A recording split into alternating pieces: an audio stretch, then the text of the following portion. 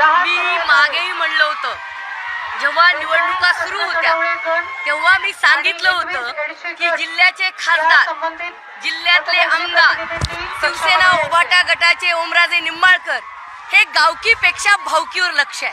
तर मी परत सांगते महाराष्ट्राला आणि जिल्ह्याला, त्यांनी त्यांच्या भाऊजाईला निवडून आणण्याचा प्लॅन सक्सेसफुल केलेला आहे आणि ओमराजेंनी इनडायरेक्टली अर्चनाताई निवडून येतील यासाठी जे प्लॅनिंग आखलं होतं ते त्यांचं सक्सेसफुल झालंय.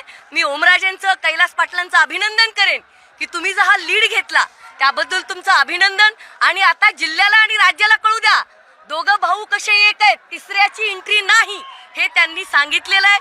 म्हणजे एडशी गटामध्ये महाविकास आघाडी होते, सिद्धेश्वर वडगाव मध्ये महाविकास आघाडी होते, जाणीवपूर्वक तेर मध्ये केली नाही.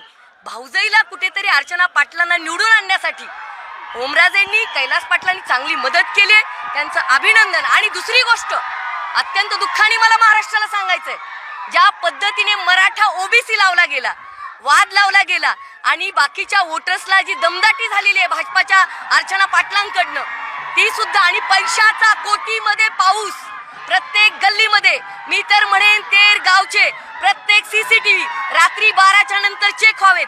करोडो रुपयाची वाटप स्वतः अर्चना पाटील आणि त्यांच्या कार्यकर्त्यांनी केलं.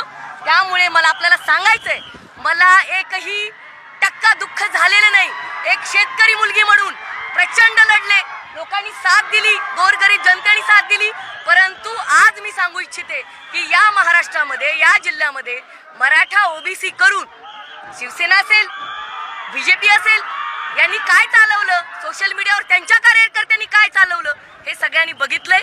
तरीही मला सांगायचंय की मी हारलेली नाही. हो, मी शोषित वंचितासाठी बोलते, लढते आणि आजही माझा तो स्टँड आहे की सामान्य लोकांना संधी मिळाली पाहिजे. ओबीसीचं जे आरक्षण आहे राजकीय, त्याला कोणीही धक्का लावू शकत नाही, लावू दिला जाणार नाही.